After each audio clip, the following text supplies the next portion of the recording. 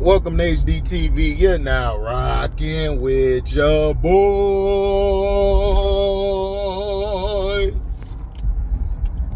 Well, it looked like the NFL is like, look, we finna help these cheeks. We finna help these cheeks. Right? They finna help these boys the best way they can, right? They finna help these boys.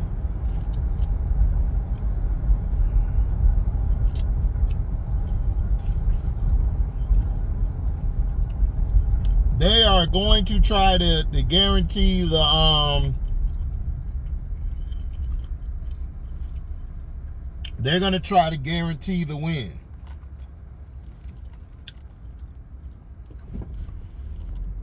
But everybody was like, oh, well, the Ravens are not going to get nobody, bro. The Ravens, they develop their guys. They develop their guys from within.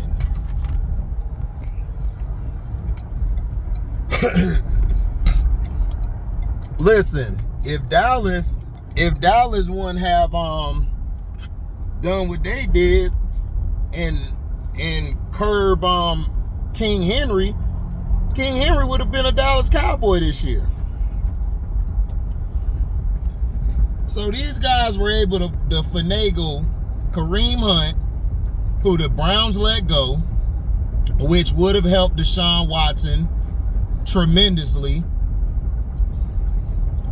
Then Patrick Mahomes gets all his guys back. I believe Juju got hurt last game.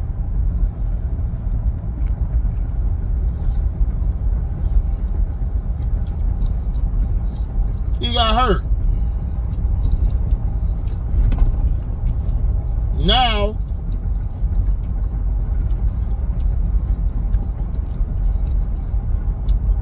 he was able to get Hardman back, I believe, last year. So they're going to do everything they can. Another guy there to carry Patrick Mahomes. Steve Spagnuolo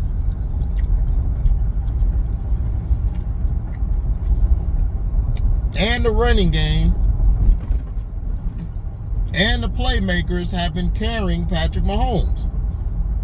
Like I said, he's a great football player, but as a quarterback, he's mid. He's average. Now, a casual will be like, how's he average, man? Like, he put up these yards, these numbers, and, well, if you watch the games, the numbers don't match his play. Now, look at the one situation, right? He has a 6 touchdown to 8 interception ratio. Patrick Mahomes has not played good since Tyreek Hill has left. He's just gotten away with having Kelsey there, having a guy like Rashee Rice, or having a Meat Cole still there. You know, he still has a squad around him. And that defense. This is why they brought Chris Jones back, because Chris Jones is a game changer. McDuffie hasn't really been panning out. They got rid of Lyman Sweet because it's really the system.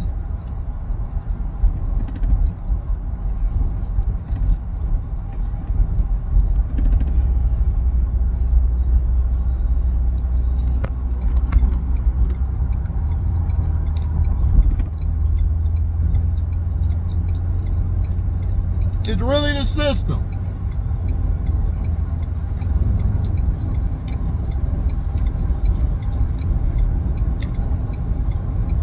Spagnuolo is the reason why the Giants were able to win 2 Super Bowls. Wasn't because of no damn Eli.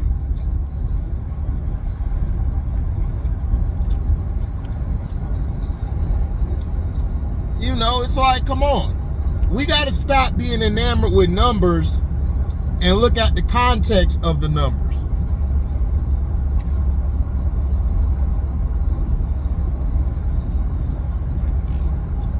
See, back in the day,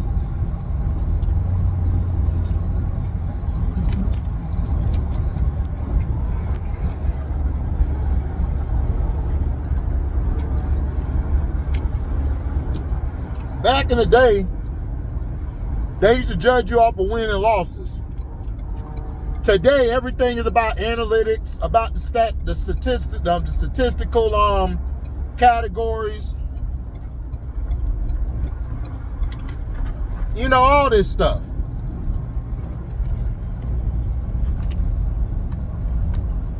But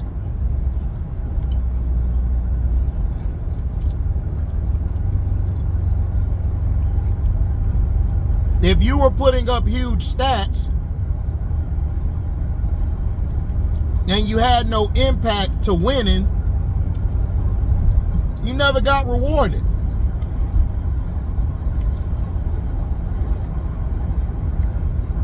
Now, these players today are getting rewarded for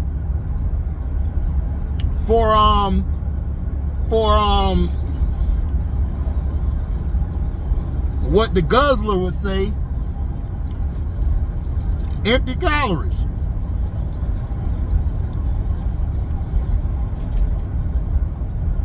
For years, Matt Stafford put up all these huge numbers, right?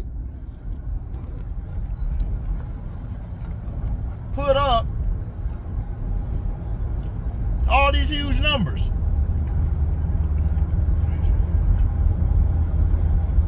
What did that get him? L's. More L's. So,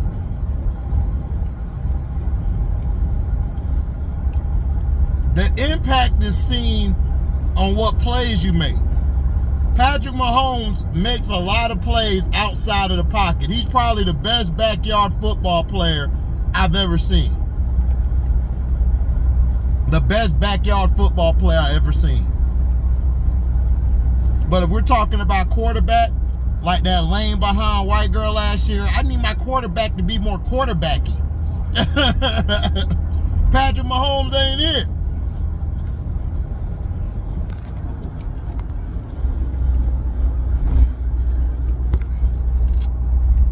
I broke down film on him last year. During the Super Bowl, in some games, I showed you why he's not a great quarterback. He's more of a football player that so happens to play quarterback. And people aren't going to understand that. People not going to understand that. And I think a lot of people are trying to put him over a lot of players. He's not a better quarterback than Johnny Unitas and them. He's not a better quarterback. He's not a better quarterback than Terry Bradshaw was. And I'm not a Terry Bradshaw fan. I think he's vastly overrated.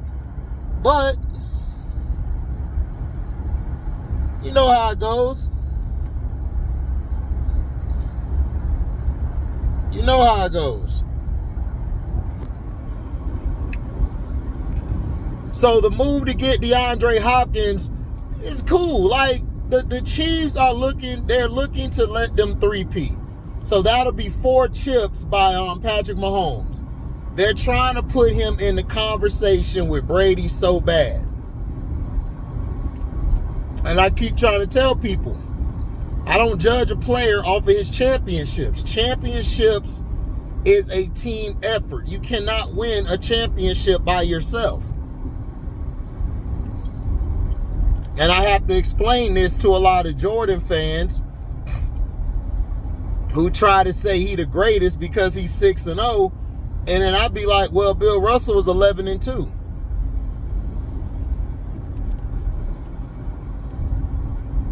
Or 11-1. I believe 11-2. So the things that people try to, the narrative people try to push, or the stuff they try to give us, you know, it at times backfires on them. But it was a good move for them. I mean, Patrick got to stop throwing these damn airmail passes and not hurt his people, just like Caker did. Shout out to Carcino for life, man. Go subscribe to my brother, but I disagree, man. Caker Trashfield got all them receivers hurt. He was telegraphing. He almost got out and hurt our tight end.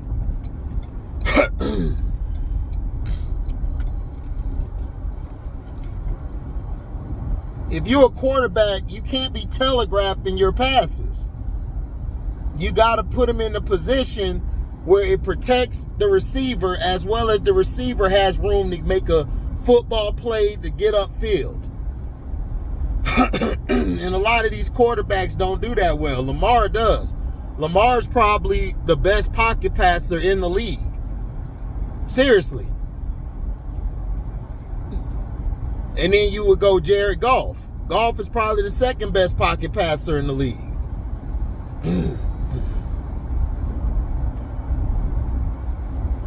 But I told you guys about Brock Purdy.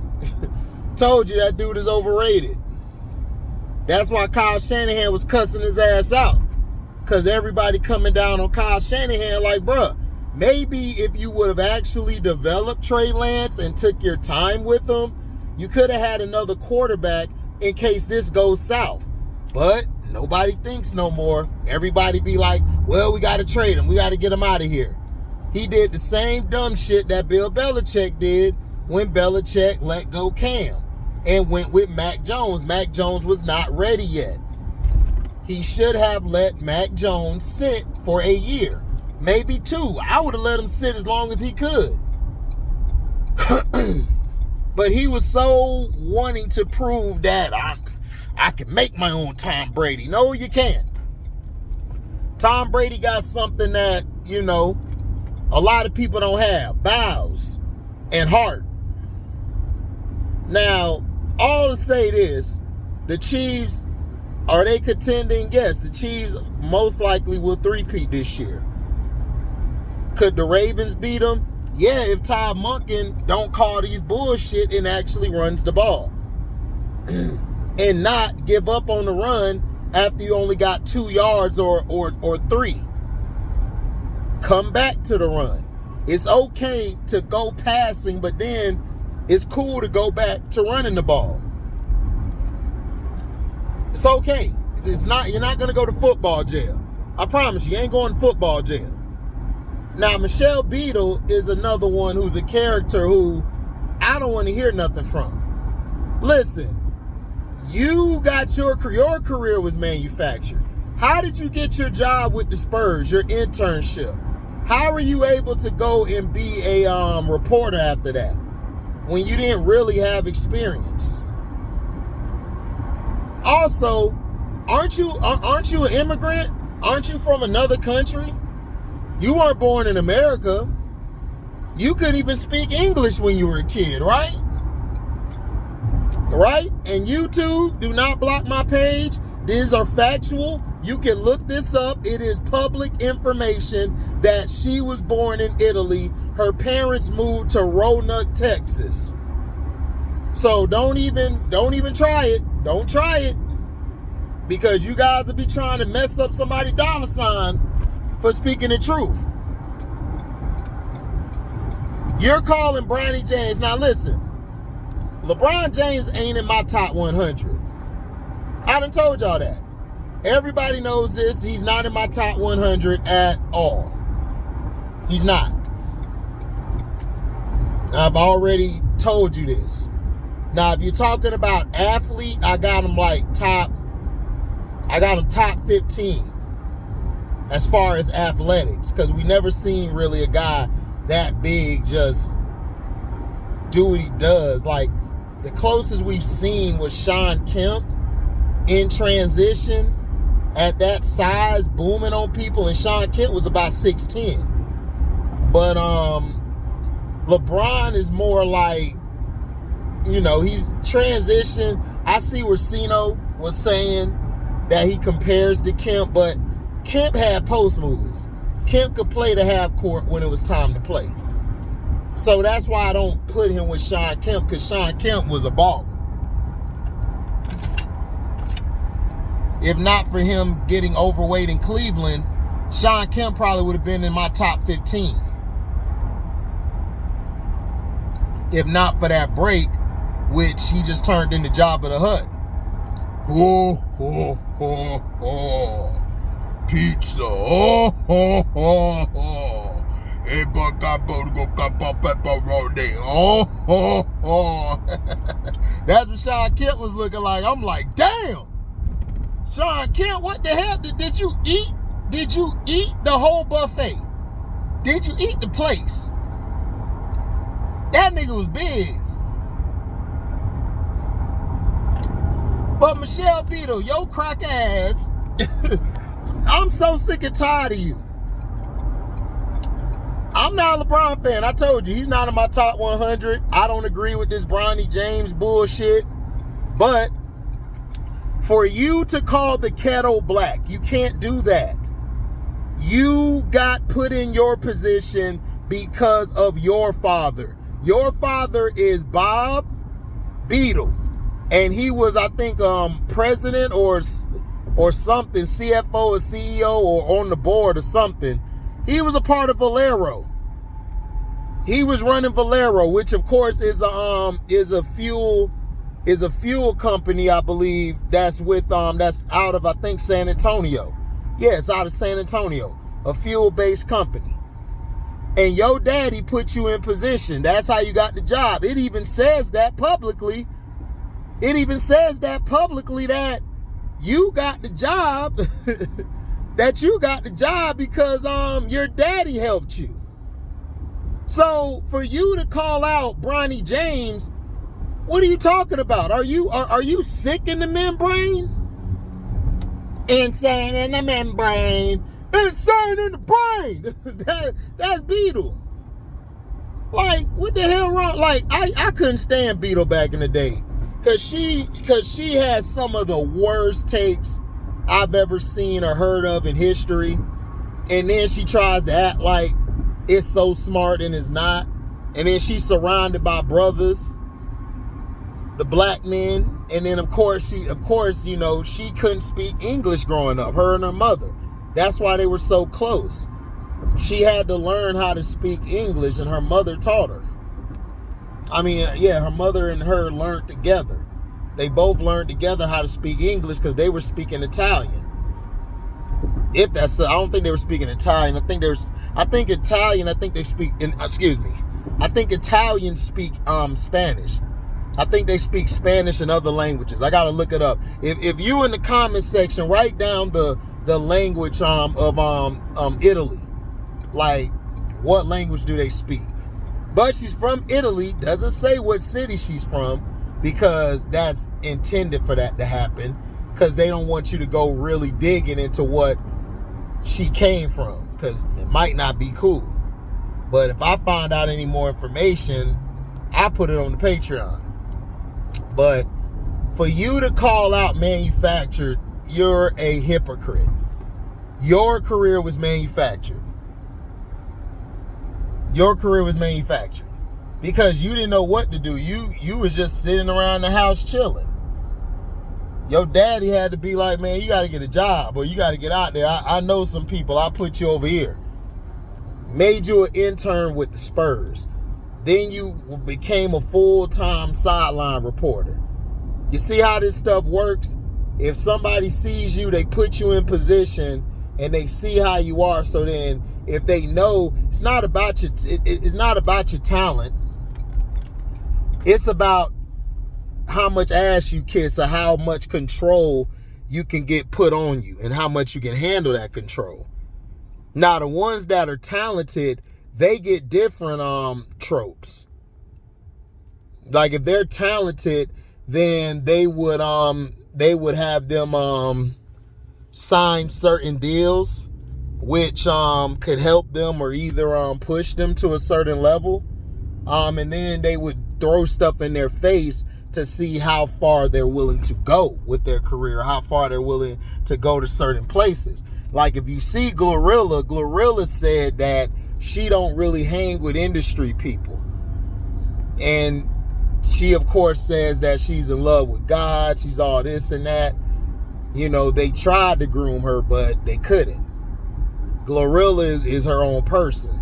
Now, They might have tried to throw some things out there to get her to go with it. That's why you see her like when she got caught in that camera, like drunk, like drinking or whatever, but she was very sane. They try to tarnish her image and stuff. It's all type of things they do to you if you don't accept what they're trying to give you. And all this is allegedly, YouTube. This part of the video is allegedly. This is just speculative. This is just being speculative. Just giving just speaking on speculation. That's what we're doing. But Michelle Beadle don't have a right to speak. Like, everything was handed to her because of her daddy. Everybody knows this. And for her to open her mouth is just stupid. Then she was like, oh, LeBron James tried to get me fired. Yeah, he tried to get you fired because you kept talking shit about him. LeBron James is a guy who wants to control the narrative. He can't accept when the narrative isn't about him, or if it's speaking great about him. If you speak bad a lot about LeBron, he gets upset. He gets mad. He wants to punish you. You know, that's just how he is. That's how he's always been. So I'm not surprised by it, but that's how he always been. LeBron is a bitch. He's a con artist, and he's living vicariously through his son right now. Now he's trying to have his son come out because all of this is about a party. It's not about winning.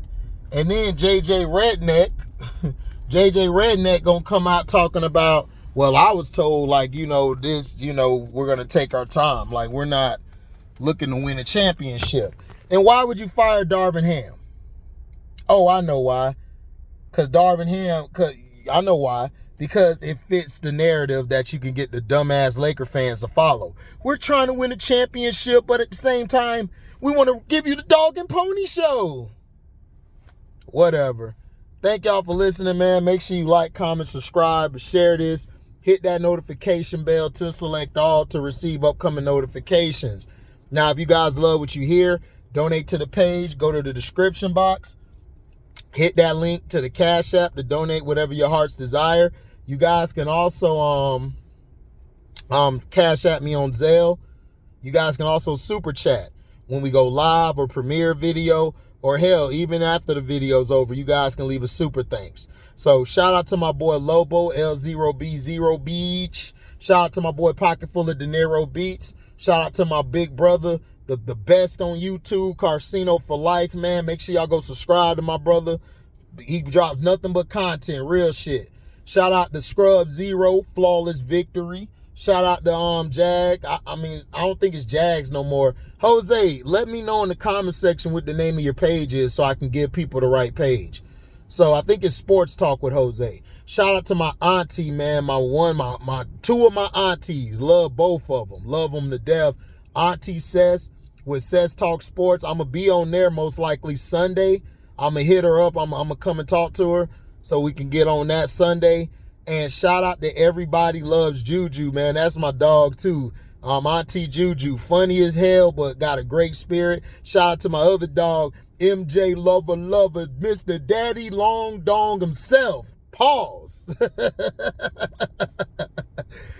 Shout out to Showtime. That's my brother from the South. Bama boy, man. Shout out to my brother, Showtime and Priest. Shout out to Priest, man. Love Priest, man. Him and Showtime got one of the best shows out there. Shout out to Leaf Diggy. Shout out to the Mac Mizzle Show, MDT Sports, One True Emperor. Oh yeah, C-Pen with them Kingdom Cast and them cheeks. Them weak ass cheeks. Bear Theater. Who else am I missing? Shoot, that's about it. Styles Mutant, that's Pico shit. Krakenamg, that's Kraken shit. So we out. Deezy.